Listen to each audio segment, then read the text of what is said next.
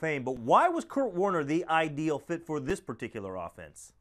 It's actually a really interesting point, a really good question. That's something I talked to a lot of players on the team about. And I think people forget that Kurt Warner was not supposed to be the starting quarterback on that team. Martz had specifically brought Trent Green with him to St. Louis to run that offense. He is a guy that had run the offense with Martz previously, other stops. And then Trent Green goes down in the preseason, and Kurt Warner, who 4 years previously was a grocery boy at the Hy-Vee in Cedar Falls, Iowa, comes in and kind of has one of the greatest seasons in the NFL history for a quarterback, and an unknown quarterback at that. And what Martz said to me was that it was such a good connection, good fit for the two, is that it was really a thinking man's offense. And every player I talked to said that was something that's not really readily acknowledged nowadays, that you really had a high-level football intelligence to be able to use that offense. And what Kurt did so well was see it would spread out 5 different receivers or a running back and 4 receivers. And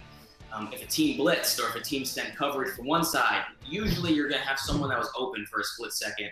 And Kurt Warner was able to process information and see the open man in a split second, while he'd have to have 5 and 7-step drops sometimes. And he also, what he was really good at was staying in the pocket and delivering a very accurate ball. His completion percentage that year, I believe it was the 2nd or 3rd best in NFL history, which when you run an offense like that where they're running these dynamic plays, it's really remarkable to complete that many passes. So what Kurt really matched the offense well was he could see the field as well as anyone. It was obviously not something that just was in that offense because he went on to do it for another 12 years in the NFL, but he also was a really precise passer, and he was able to spread the ball around to all their weapons they had, as well as anyone, really. That's why they were so prolific.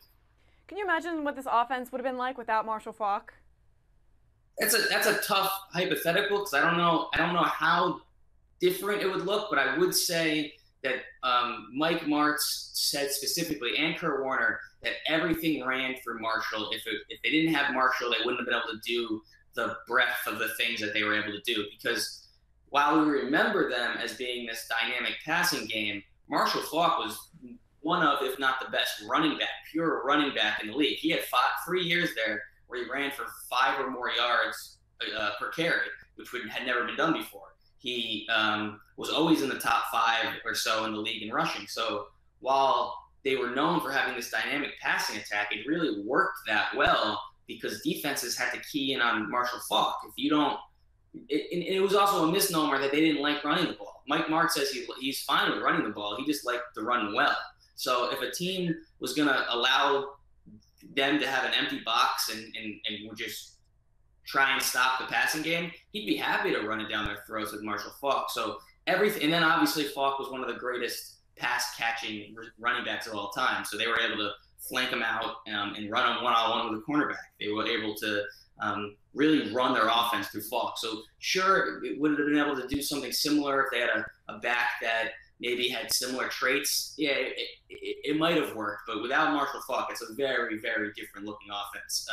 It definitely would not have been what we remember it as the greatest show on turf.